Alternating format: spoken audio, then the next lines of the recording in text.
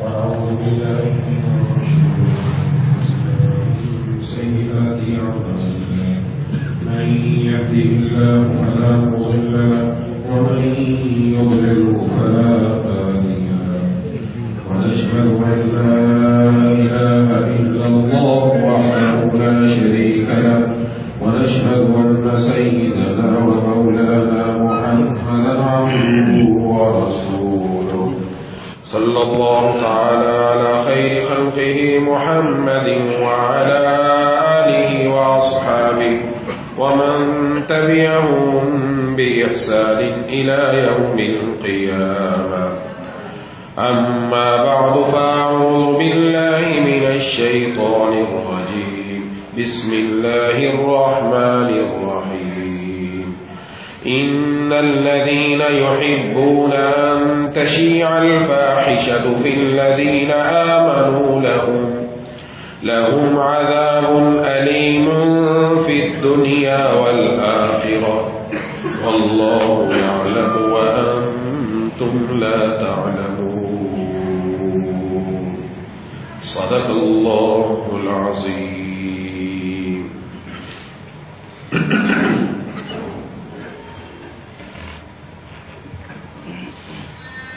میرے دوستوں ساتھی،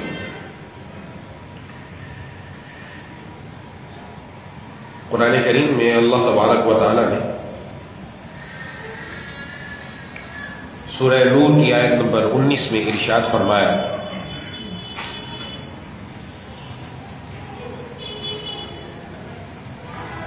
کہ جو لوگ اس بات کو پسند کرتے ہیں کہ ایمان والوں میں بے حیائی اور بدکاری کا چرچا، ایمان والوں کے اندر بے حیائی کو پھیلایا جائے، بدکاری کو پھیلایا جائے، جو لوگ یہ پسند کرتے ہیں، فرمایا لہم عذاب علیم فی الدنیا والآخرہ، ان کے لیے دنیا اور آخرت میں دردناک عذاب ہے. واللہ یعلم وانتم لا تعلمون، اور اللہ جانتا ہے تم نہیں جانتے.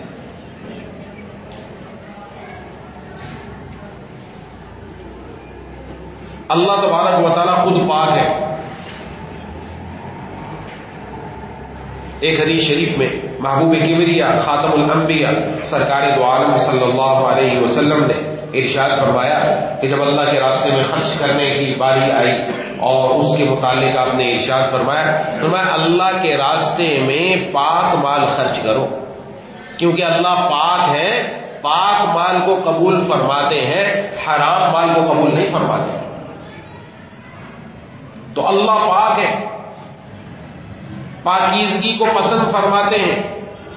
محبوب کبریا خاتم الانبیاء سرکار دو عالم صلی اللہ علیہ وسلم بھی پاک ہے، پاکیزگی کو پسند فرماتے ہیں. تو اللہ اور اس کے رسول یہ پاکیزہ بندوں کو پسند کرتے ہیں، ایسے مرد ایسی عورتیں کہ جن کے دلوں میں پاکیزگی ہو ان کو پسند کیا جاتا ہے. ایسے ماحول کو پسند فرماتے ہیں کہ جو ماحول پاکیزہ ہو. اسی لیے تو قرآن کریم کی اس آیت میں ارشاد فرمایا کہ جو مسلمانوں کے اندر، ایمان والوں کے اندر، ایمان والوں کی بات ہو رہی ہے، غیروں کے اندر تو بے حیائی، فحاشی، بدکاری سب کچھ ہے، لیکن ایمان والوں میں جو بندہ یہ چاہے کہ ان میں بھی بدکاری پھیل جائے، ان میں بھی اللہ تبارک و تعالیٰ کی نافرمانی اور بے حیائی پھیل جائے، تو پھر ایسے لوگوں کے لیے دنیا اور آخرت میں دردناک عذاب ہے. یہ سوچنے کی بات ہے، بڑی اہم بات ہے کہ ایمان والوں کے اندر جو یہ حرکت کرے گا اس کی دنیا بھی برباد ہے، آخرت بھی برباد ہے. اس بات کو تھوڑا سا میں سمجھانے کے لیے چند باتیں عرض کر دوں. اللہ تبارک و تعالیٰ نے ہمیں جو جسم عطا فرمایا، اس جسم میں سب سے اہمیت، سب سے زیادہ اہمیت وہ دل کی ہے.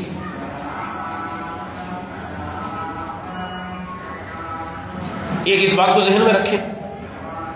دوسرا، اللہ تبارک و تعالیٰ نے جو انسان کو عمر عطا فرمائی، اس عمر کے 3 دور گزرتے ہیں. ایک بچپن ہوتا ہے، بچپن کے بعد جوانی آتی ہے، جوانی کے بعد بڑھاپا آتا ہے. تو ان 3 ادوار میں، ان 3 زمانوں میں، بچپن، جوانی اور بڑھاپے میں سب سے زیادہ اہمیت جوانی کی ہے. یہ 2 چیزیں میں عرض کرنا چاہتا ہوں، ایک دل، ایک جوانی. اگر انسان اس دل کو اللہ اور اس کے رسول کے احکام کے مطابق بنا لے، اگر اپنی جوانی کو اللہ اور اس کے رسول کے حکموں کے مطابق کر لے، تو دنیا کے اندر پاکیزہ ماحول بن جاتا ہے. اور محبوب کبریا خاتم الانبیاء سرکار دو عالم صلی اللہ علیہ وسلم نے یہی فرمایا. دل پر محنت کی، اور جب دل انسان کا بن جاتا ہے تو پھر پوری زندگی اور پورا گھر اور پورا ماحول اور پورا معاشرہ بن جاتا ہے. یہ دل کی انسان کے اندر جو اہمیت ہے نا، معمولی چیز نہیں ہے، بڑی اہمیت ہے. اس لیے قرآن کریم میں اللہ تبارک و تعالیٰ کا اعلان ہے، یوم لا ينفع مال ولا بنون الا من اتى الله بقلب سلیم. وہ دن کہ جس دن کوئی کسی کے کام نہیں آ سکتا. دنیا میں انسان کے کام آتا ہے اس کا مال، کہیں پھنس گیا، پیسہ دے کر جان چھڑوا لی، پیسہ دے کر اپنے حق میں فیصلہ کروا لیا، اپنا مال و دولت خرچ کر دیا، اپنے آپ کو بچا لیا. یا کہیں اولاد، بیٹے کام آتے ہیں کہ بیٹے باپ کا سامنے آ کر کھڑے ہو جاتے ہیں، باپ تک پہنچنے نہیں دیتے، باپ کی مدد کرتے ہیں، باپ کی ہر طریقے سے مدد کر کے باپ کو تکلیف اور پریشانی سے نکالتے ہیں. اللہ کا اعلان ہے، یہ چیزیں جو دنیا میں تمہارے لیے فائدہ مند تھی، نہ مال فائدہ دے گا، نہ اولاد فائدہ دے گی، الا من اتى الله بقلب سلیم، مگر وہ بندہ جو قلب سلیم، صاف ستھرا، بھلا چنگا دل لے کر آئے، جو دل لے کر آئے. کیونکہ اللہ کی نظر اس دل پر ہے. اس لیے حدیث شریف میں ارشاد فرمایا، ان اللہ لا ينظر الى صورکم واموالکم، اللہ نہ تمہاری صورتوں کو دیکھتے ہیں، اللہ نہ تمہارے مال کو دیکھتے، کتنا مال ہے، کتنا خوبصورت ہے، اللہ کسی کو نہیں دیکھتے. بلکہ ایک حدیث میں اللہ نہ تمہارے اعمال کو دیکھتے، فرمایا اللہ تمہارے دل کو دیکھتے کہ دل کیسا لے کر آیا. اللہ کی نظر دل پر ہے. دنیا کی نظر ہمارے چہرے پر ہے، دنیا کی نظر ہمارے لباس پر ہے، دنیا کی نظر ہمارے جوتے پر ہے. ہم اس کے بنانے کی فکر میں ہیں کہ لوگوں کے سامنے میں پسند آ جاؤں، لوگوں کے سامنے میں اچھا لگ جاؤں، اس لیے اپنے چہرے کو بنانے کی فکر کرتا ہے، اس لیے اپنے جسم کو، اپنے کپڑوں کو، اپنے لباس کو، اپنی پوشاک کو، اپنے بالوں کو، سر سے لے کر پاؤں تک اپنے آپ کو بناتا سنوارتا ہے انسان تاکہ وہ پسند آ جائے. لیکن اللہ فرماتے ہیں اللہ ان کسی کو نہیں دیکھتے، اللہ تو تمہارے دل کو دیکھتے ہیں کہ دل میں کیا لے کر آیا ہے. اس کی نظر اس پر. کیوں؟ اس لیے کہ اللہ بادشاہوں کے بادشاہ ہے، وہ بادشاہوں کے بادشاہ ہے. انسان کے جسم میں، پورے جسم میں یہ جتنے بھی اعضاء ہیں، ہاتھ پاؤں بھی ہیں، سر بھی ہے، ساری چیزیں ہیں، ان سب میں جو جسم کا بادشاہ ہے وہ دل ہے. جو بادشاہ نے بادشاہ کو پسند کیا ہے، جو بادشاہوں کے بادشاہ اللہ تبارک و تعالیٰ، انہوں نے اس دل کو چنا ہے. اس دل کو دیکھا جائے گا کہ دل بادشاہ ہے. جو کوئی بھی انسان کام کرتا ہے، ایسا نہیں ہے کہ ہم نے کہا جی ہم نے اپنے ہاتھوں سے کام کر لیا، اپنے پاؤں سے کام کر لیا، چل پڑے. اس کا پہلے دل میں خیال آتا ہے، دل آڈر دیتا ہے. الحمدللہ اللہ نے کرم نوازی فرمائی، مہربانی فرمائی، آج ہم جمعے کے لیے مسجد میں پہنچے تو جو چل کر آئے پہلے دل میں خیال آیا. دل نے کہا کہ جمعہ پڑھنا ہے آج، اس لیے اس نے آرڈر دیا، ہمارے جسم نے حرکت دی، ہاتھوں کو حرکت ہوئی، ہم نے نہایا دھویا، کپڑے پہنے، پاؤں کو آرڈر دیا، چل پڑے اور الحمدللہ مسجد میں آ کر پہنچ گئے. یہ دل کے اندر اچھے جذبات، اچھے خیالات کا نتیجہ ہے کہ الحمدللہ یہاں پہنچے. یہ دل آرڈر دیتا ہے، بادشاہ ہے، معمولی چیز نہیں. اس لیے جناب نبی کریم صلی اللہ علیہ وسلم نے یہ بھی ارشاد فرمایا کہ جسم کے اندر ایک ٹکڑا ہے، ان فی الجسد مضغہ، جسم میں ایک ٹکڑا ہے، اگر وہ ٹھیک ہو جائے پورا جسم ٹھیک ہو جاتا ہے، اگر وہ خراب ہو جائے پورا جسم خراب ہو جاتا ہے. الا وہی القلب، خبردار بات توجہ سے سن لو، وہ ٹکڑا دل ہے. دل، پورے جسم، ہمارے جسم کا دار مدار سارا دل پر ہے. ہماری جسمانی زندگی بھی دل پر موقوف ہے، ہماری روحانی زندگی بھی دل پر موقوف ہے.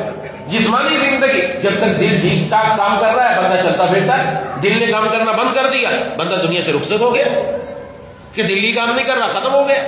ہماری روحانی زندگی، ہماری اندرونی زندگی یہ بھی اسی دل پر موقوف ہے. دل اگر تگڑا ہے، جسم بھلے کمزور ہو جائے لیکن یہ اللہ کے حکموں پر عمل کرنے کے لیے تگڑا رہے. لیکن دل اگر بیمار پڑ گیا تو کام خراب ہو جائے. اس سے یہ ابھی چند باتیں میں نے عرض کی اس بات کو سمجھانے کے لیے کہ دل کی کتنی اہمیت ہے. اس لیے جناب نبی کریم صلی اللہ علیہ وسلم دعا کر یا مقلب القلوب یا مقلب القلوب ثبت قلبی علی دینک، اے دلوں کے پلٹنے والے میرے دل کو دین پر ثابت قدم رکھیے. دل کو جب دل ثابت قدم رہے گا تو انشاءاللہ اعمال بھی سیدھے رہیں گے. یہ دل پھر گیا تو ختم ہو جائے گی کہانی. اب یہ دل کیسے پھرتا ہے، کیا ہوتا ہے؟ اللہ نے انسان کو جو جسم عطا فرمایا، ہم میں سے ہر انسان کو جو اعضاء دیے ہیں اس کی کچھ غذا ہے دنیا میں ہے. جسم کی غذا کیا ہے؟ ہمارے جسم کی غذا، منہ کی غذا کیا ہے؟ ہم کھانا کھاتے ہیں، اس سے لذت حاصل کرتے ہیں. انسان اپنے اس ذائقے کے لیے مارا مارا پھرتا ہے، اس ذائقے کے اصول کے لیے. وہ فلاں جگہ بریانی بڑی اچھی، وہاں جا کر آج کھاتے ہیں. کیوں کیا وہاں پر اتنا لمبا سفر کیوں کیا؟ اس ذائقے کو حاصل کرنے کے. اس سے ذائقہ حاصل کر رہا ہے نا یہ زبان، اس کو ذائقہ چاہیے، اچھا ذائقہ چاہیے. ہم کہیں سے بھی جا کے حاصل کریں. آنکھ ہے، اس کا بھی ایک غذا ہے.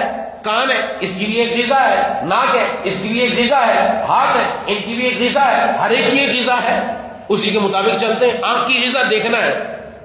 ہم کہ جی دیکھنا ہے. اب دیکھنا کیا ہے؟ کوئی گندی چیز دیکھ کر اپنے آپ کو برا کرتا ہے، کوئی اچھی چیز دیکھ کر اپنے اللہ کا قرب حاصل کرتا ہے. اس سے دیکھنا ہے. اس کو چاہیے دیکھ کوئی چیز دکھاؤ، یہ اس کو گندی چیزیں دکھا دی، گندی فلمیں دکھا دی، یوٹیوب اور فیس بک کی گندگیوں پر جا پڑا، بے حیائی اور رجانی اور فحاشی اور بدکاریوں کی جگہ پر جا پہنچا اور اپنی نظر سے اس کو دیکھنے لگا. یہ اپنے گند کو اندر لے رہا ہے، یہ اپنی آنکھ کو لذت دے رہا ہے، لیکن اس کا نتیجہ بڑا بھیانک نکلنے والا ہے. یہ گند لے کر کیا مرضی ہے اس کی، آنکھ سے اچھا دیکھے یا برا دیکھے، اس نے گندی غذا دی اپنے آپ کو. اور ایک وہ مومن بندہ ہے، ایک وہ اللہ کا پیارا بندہ ہے، وہ بھی جوان ہے، اس کے بھی دل میں تقاضے اٹھتے ہیں، وہ بھی دنیا میں رہتا ہے، اس کے پاس بھی ساری چیزیں موجود ہیں، اس کے پاس بھی اسباب ہے، لیکن وہ گم کی طرف نہیں جاتا. وہ اپنی نظر سے اپنے رب کا قرآن دیکھتا ہے، وہ اپنی نظر سے اپنے محبوب کبریا خاتم الانبیاء جناب نبی کریم صلی اللہ علیہ وسلم کا روضہ دیکھتا ہے. وہ اپنی نظر سے مکہ المکرمہ مسجد حرام میں پہنچ کر رب کے بیت اللہ کا دیدار کرتا ہے. وہ اپنی نظر سے اپنے ماں باپ کو دیکھ کر ایک مقبول حج اور عمرے کا ثواب حاصل کرتا ہے. یہ نظر ہے نا، یہ نظر اس کی غذا دیکھنا، اس کو بس مزہ چاہیے دیکھنے کا.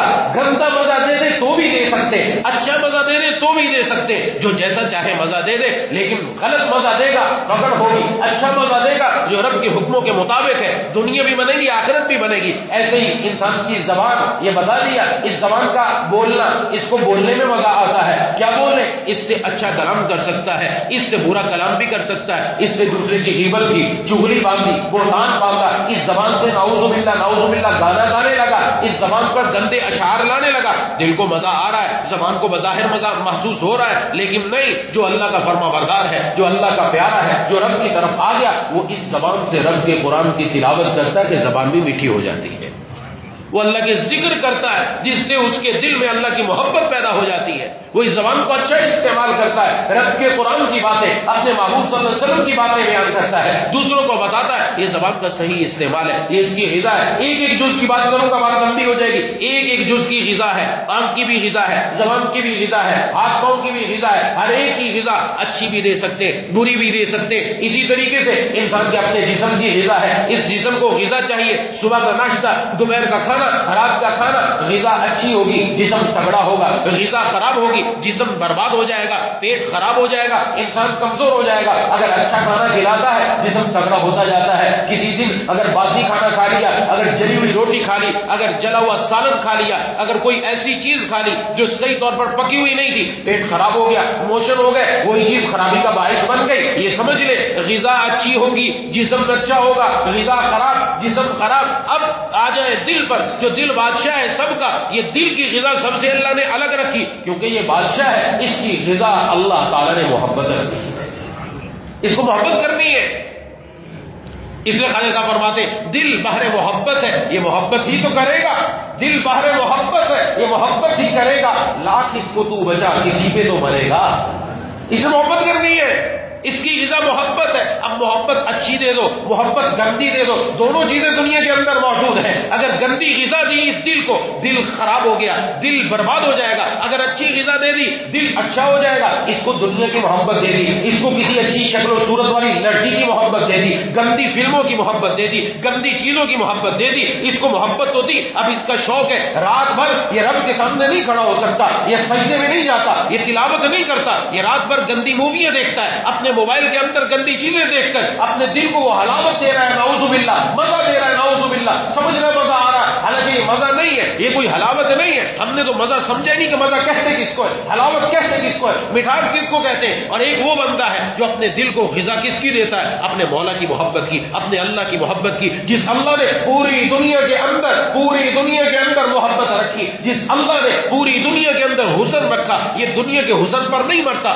بلکہ حسن کے خالق پر مرتا ہے. اس کی محبت اپنے دل میں لے کر آتا ہے، اور جس کے دل میں اپنے مولا کی محبت آ جاتی ہے اس کا دل تگڑا ہو جاتا ہے، اور جس کے دل میں غیر اللہ کی محبت آ جاتی ہے اس کا دل کمزور ہو جاتا ہے. اس لیے اللہ تعالیٰ نے جو ہمیں کلمہ نصیب فرمایا وہ تھا لا الہ الا اللہ. پہلے لا الہ ہے، لا کی تلوار ہے کہ کوئی معبود نہیں، غیر اللہ کو دل سے نکال دو، سب بت نکالو دل سے. غیر سے مراد صرف یہ نہیں کہ بت نکل جائے، اس سے مراد دل سے لڑکیاں بھی نکلے، دل سے گندی فلمیں بھی نکلے، دل سے ڈرامے بھی نکلے، یہ سب چیزیں دل سے نکل جائیں. الا اللہ، پھر دل میں لے کر اللہ کو آؤ. میرے مرشد عارف باللہ مجدد زمانہ حضرت اقدس حضرت مولانا شاہ حاجی محمد اختر صاحب نور اللہ مرکزوں فرمایا کرتے تھے لا الہ ہے مقدم کلمہ توحید میں، لا الہ ہے مقدم کلمہ توحید میں. غیر حق جب جائے ہے تب دل میں حق آ جائے ہے. جب دل سے غیر اللہ نکلتا ہے تب دل میں مولا آتا ہے.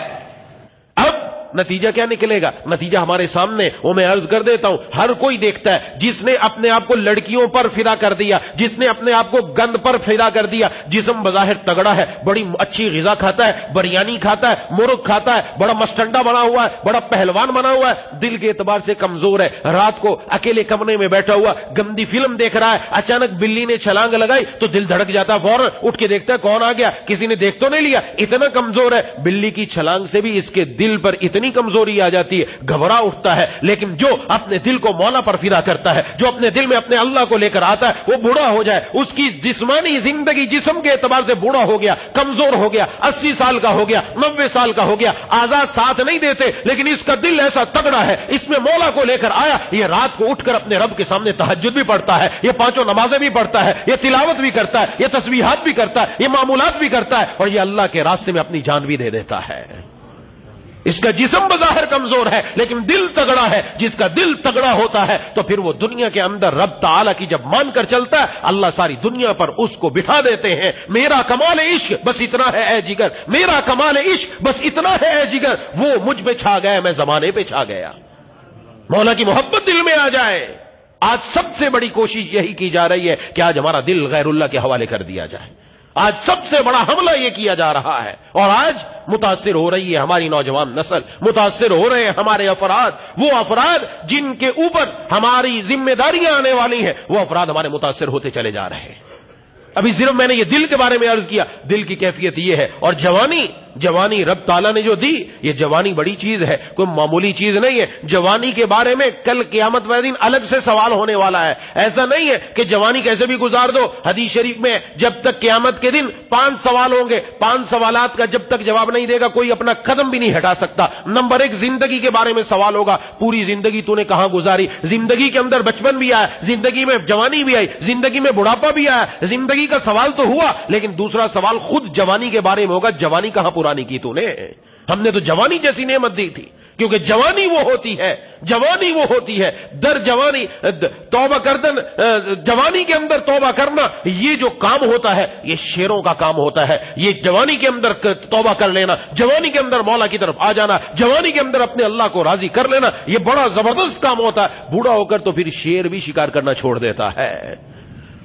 یہ پیغمبروں کا طریقہ ہے، جوانی اپنے رب پر فدا کرتے ہیں. تو جوانی کے بارے میں سوال، اس لیے حدیث میں فرمایا کل قیامت والے دن جب کسی چیز کا سایہ نہ ہوگا سوائے اللہ کے عرش کے، اللہ اپنے عرش کے نیچے 7 خوش نصیب انسانوں کو جگہ دیں گے. اور اللہ کا اپنے عرش کے نیچے جگہ دینا اس بات کی علامت ہے یہ سارے بندے اللہ کے مقبول بندے ہیں، ان سے پھر حساب و کتاب نہیں ہوگا، اللہ ان کو جنت میں داخل فرما دیں گے.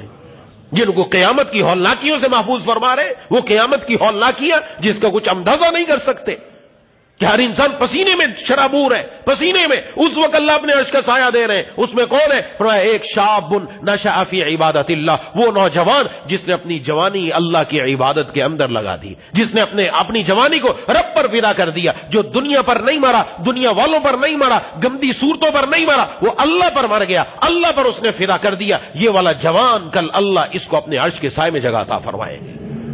کیسی جوانی ہے اس نے جو اپنے رب پر فدا کر دی، تو معمولی بات تھوڑی ہے. تو جوانی، آج اس جوانی کے اوپر بھی حملہ ہے. اس لیے ہمارے نوجوانوں کے ہاتھوں میں موبائل دے دیے گئے، اس لیے ہمارے نوجوانوں کے ہاتھوں میں وہ چیزیں پہنچا دی گئیں تاکہ ہمارا نوجوان بچہ بھی بچی بھی دونوں بگڑ جائے. سب سے پہلا حملہ ہماری حیا پر ہوا. حیا پر حملہ کرنے کے لیے انہوں نے ہماری نظر کا استعمال کیا. انسان کی نظر یہ سب سے پہلا قدم ہے جو انسان کے دل میں گندگی لے کر آتا ہے، پاکیزگی کو رخصت کر دیتا ہے، اور انسان اپنی نظر سے اپنے دل کے اندر شکار کر لیتا ہے. کیونکہ فرمایا نظر، انسان جو اپنی نظر سے غلط دیکھتا ہے یہ ابلیس کے، شیطان کے زہر سے بجھے ہوئے تیروں میں سے ایک تیر ہے جو سیدھا دل پر لگتا ہے. یہ انسان یہ جو کچھ کر رہا ہے یہ سارا اس نظر کا کمال ہے. اس نظر کی وجہ سے اگر اچھا دیکھ رہا ہوتا یہ نہ ہوتا. ہم دیکھیں پاکیزہ ماحول دیکھنا ہے نا ہم نے، جب بچہ دنیا میں آتا ہے وہ پاکیزہ ہوتا ہے، اس کے اندر کوئی گندگی نہیں ہوتی. اللہ تبارک و تعالیٰ نے کرم نوازی فرمائی کہ جب بچہ پیدا ہوتا ہے اس کے ناف پر ایک آون نال لگی ہوئی ہوتی ہے، یہ کاٹی جاتی ہے.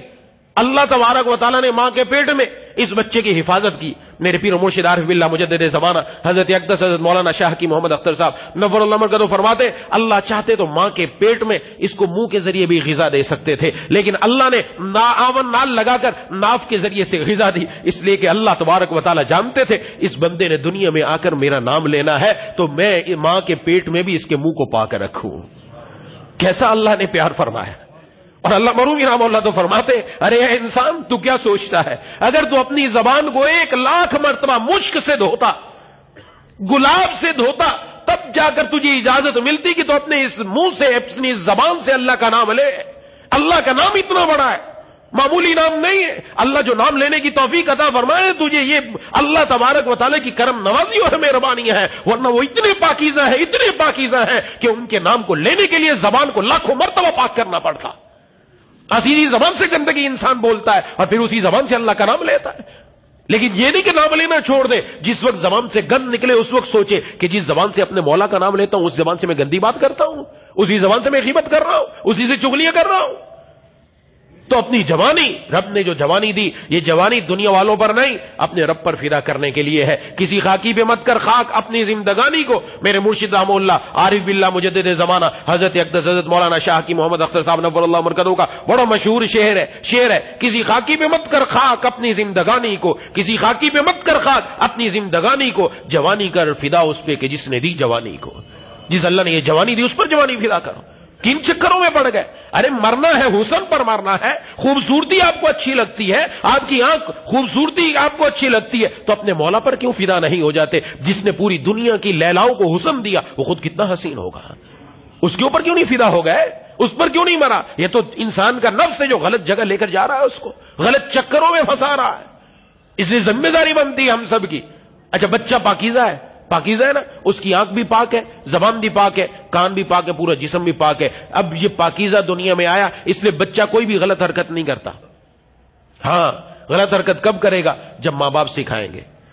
ماں باپ نے اس کو سکھایا، ماں باپ نے اس کو آنکھوں سے دکھایا. آج دنیا کے اندر 2 قسم کی ریکارڈنگ ہوتی ہے، ایک آڈیو ریکارڈنگ، ایک ویڈیو ریکارڈنگ.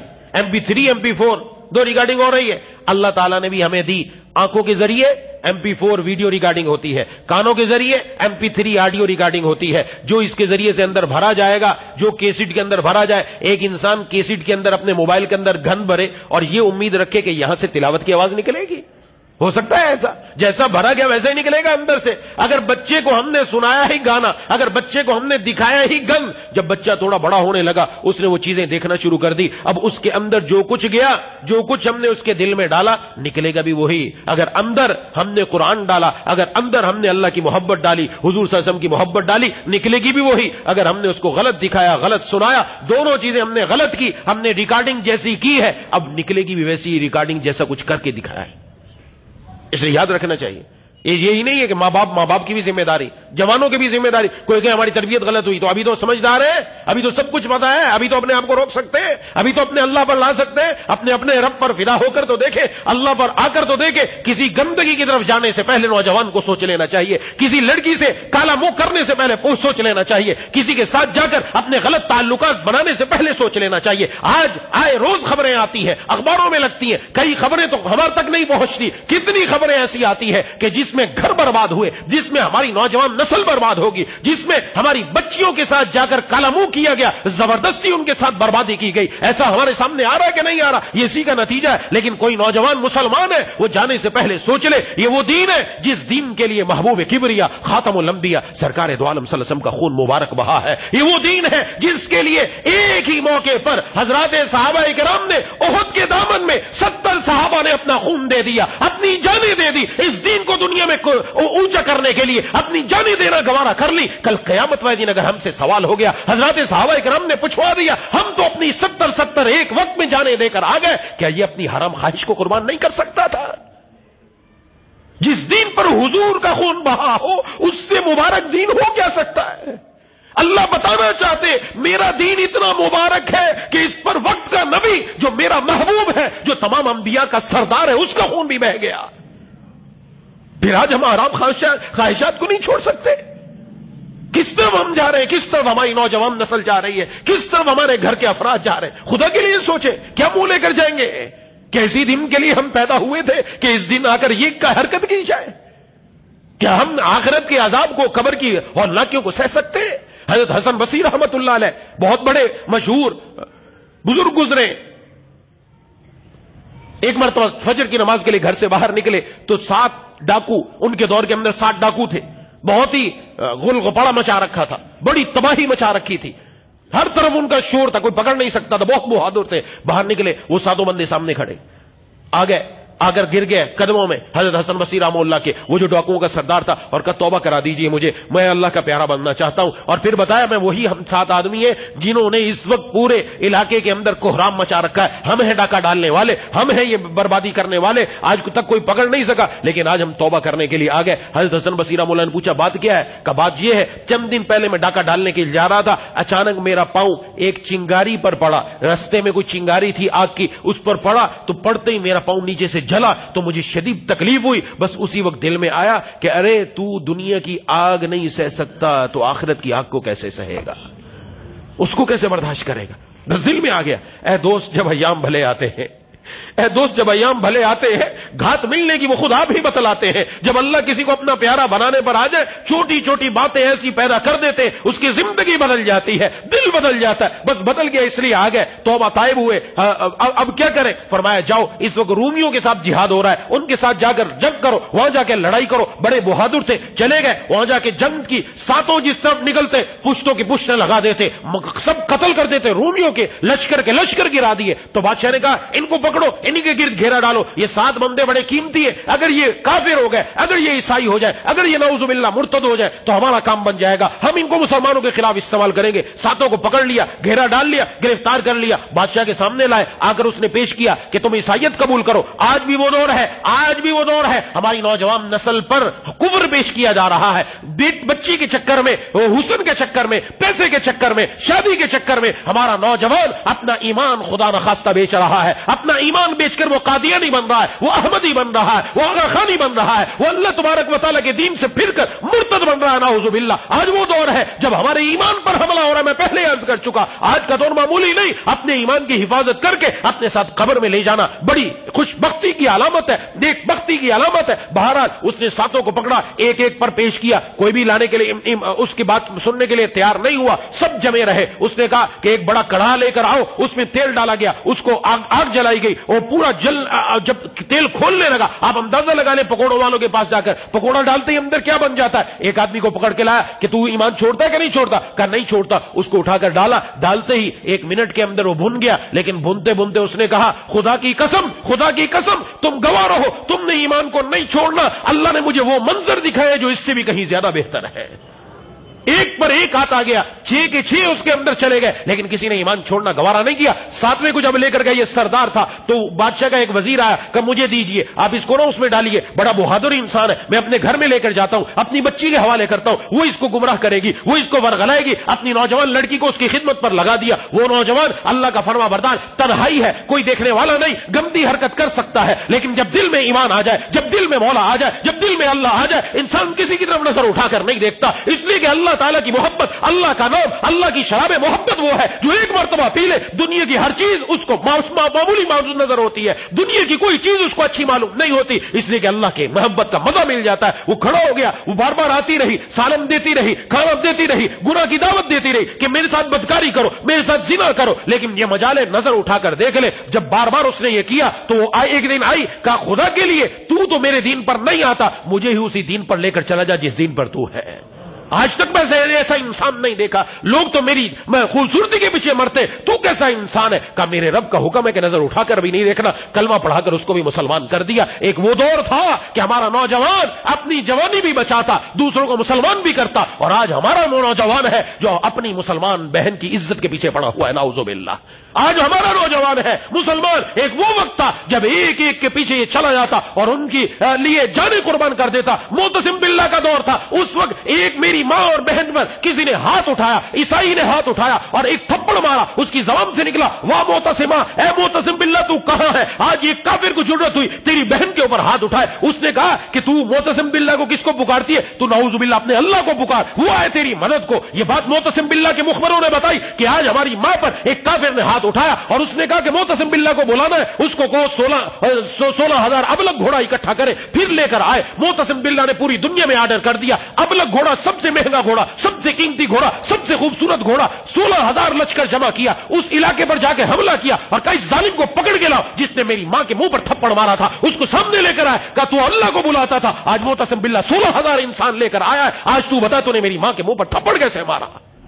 ایک وہ دور تھا کہ ہمارا نوجوان اپنی ماں کی حفاظت کے لیے, اس کی عزت کی حفاظت کے لیے اپنی جانیں لوٹا دیا کرتا تھا, اور آج کا نوجوان یہی خود جا کر اس کی عزت تار تار کر رہا ہے, نعوذ باللہ. اپنے ماں باپ کو بھی گمراہی میں ڈالا, اپنے آپ کو بھی گمراہی میں ڈالا, کسی دوسرے کی عزت پر بھی نظر ڈالی, دوسرے کا گھر بھی برباد کیا, اپنی عزت بھی خراب کی, اپنی دنیا بھی برباد کی اور آخرت بھی برباد کی. آج ہمیں یہ سکھایا جا رہا ہے میڈیا کے اوپر, آج ہمارا موبائل ہمیں یہ سکھا رہا ہے, آج ہمیں اس چیز کی دعوت دی جا رہی, نعوذ باللہ. یہ آنے والا آگے, ابھی پھر وہی دور شروع ہو جائے گا, پھر عورتوں کا مارچ نکلنا ہے, پھر بے حجابی نکلنی ہے, پھر اللہ کی نافرمانی ہونی ہے. خدا کے لیے بات سمجھے, ہم اس لیے نہیں آئے, ہمارا دل, ہماری جوانی بڑی قیمتی ہے, اس دل اور جوانی کو انشاءاللہ اپنے اللہ پر فدا کرنا انشاءاللہ. چاہے جوان ہو چاہے بوڑھے ہو, کوئی عمر ہو جائے, لیکن اپنی زندگی کو اپنے رب سے ہٹ کر نہیں, اپنے اللہ پر فدا کر کے دیکھے. خدا کی قسم اللہ وہ مزہ عطا کرے گا, دنیا کی کسی چیز میں وہ مزہ نہیں ہے کہ انسان کسی بھی جگہ پر ہو. آج بھی جس نوجوان کے دل میں آگ لگی ہوئی ہے, اس کو کسی پل چین نہیں آ رہا, وہ ذرا رب کے در پر آ کر اپنے ہاتھ اٹھا کر تو دیکھے, اس کے آنے میں دیر ہے, اللہ تبارک و تعالیٰ کی طرف سے عطا کرنے میں دیر نہیں ہے. اور یہ کہے گا کہ آتی نہیں تھی نیند مجھے اضطراب سے, آتی نہیں تھی نیند مجھے اضطراب سے, تیرے کرم نے گود میں لے کر سلا دیا. مولا کریم مجھے اور آپ کو ان باتوں پر عمل کرنے کی توفیق عطا فرمائے. وآخر دعوانا ان الحمدللہ رب العالمین. صراط الذين أنعمت عليهم غير المغضوب عليهم ولا الضالين. اللهم صل على سيدنا مولانا محمد وعلى آل سيدنا مولانا محمد وبارك وسلم. يا إله العالمين يا رب الراحمين يا ذا الجلال والإكرام يا مالك الملك يا أحكم الحاكمين, ہم سب کے تمام صغیر کبیرہ گناہوں کو معاف فرما. یا اللہ ہمارے والدین کی, بیوی بچوں کی, بہن بھائیوں کی, دوستوں احباب کی, تمام رشتہ داروں کی, اہل پاکستان کی پوری امت مسلمہ کی مغفرت فرما دیجیے. مولا کریم الہ العالمین ہم سب کی حاضری کو اپنی بارگاہ میں قبول مقبول فرما. جس طرح آج آپ نے اپنے دربار میں آنے کی توفیق عطا فرمائی, روزانہ مرتے دم تک اسی طرح 5 وقت اپنے در پر آ کر 5 نمازیں باجماعت مسجد میں صف اول میں تک سنت کے مطابق پڑھنے کی توفیق عطا فرما دیجیے. مولا کریم الہ العالمین یا رب الراحمین ہم میں سے جو بیمار ہیں, گھروں میں جو بیمار ہیں, دوستوں احباب میں جو بیمار ہیں, جنہوں نے بیماروں کے لیے دعا کے لیے کہا ہے, کہنا چاہتے نہیں کہہ سکے, امید رکھتے ہیں یا پیغام پہنچائے نہ پہنچ سکا, سب کو شفا کاملہ عاجلہ مستمر عطا فرما دیجیے. ہمارے دوست ہیں سردار بھائی, ان کی بیٹی جو ہے وہ کافی انیل ہے کئی دنوں سے, تو ان کے لیے بھی دعا فرمائے. اللہ تبارک و تعالیٰ ان کو مکمل پہلے سے بہتر صحت عطا فرما دیجیے. اور ہم میں سے جن کے والدین یا عزیز و اقارب دنیا سے جا چکے ہیں، اللہ تبارک و تعالیٰ سب کی قبر و روح سے منور فرمائے، جنت الفردوس میں جگہ عطا فرمائے۔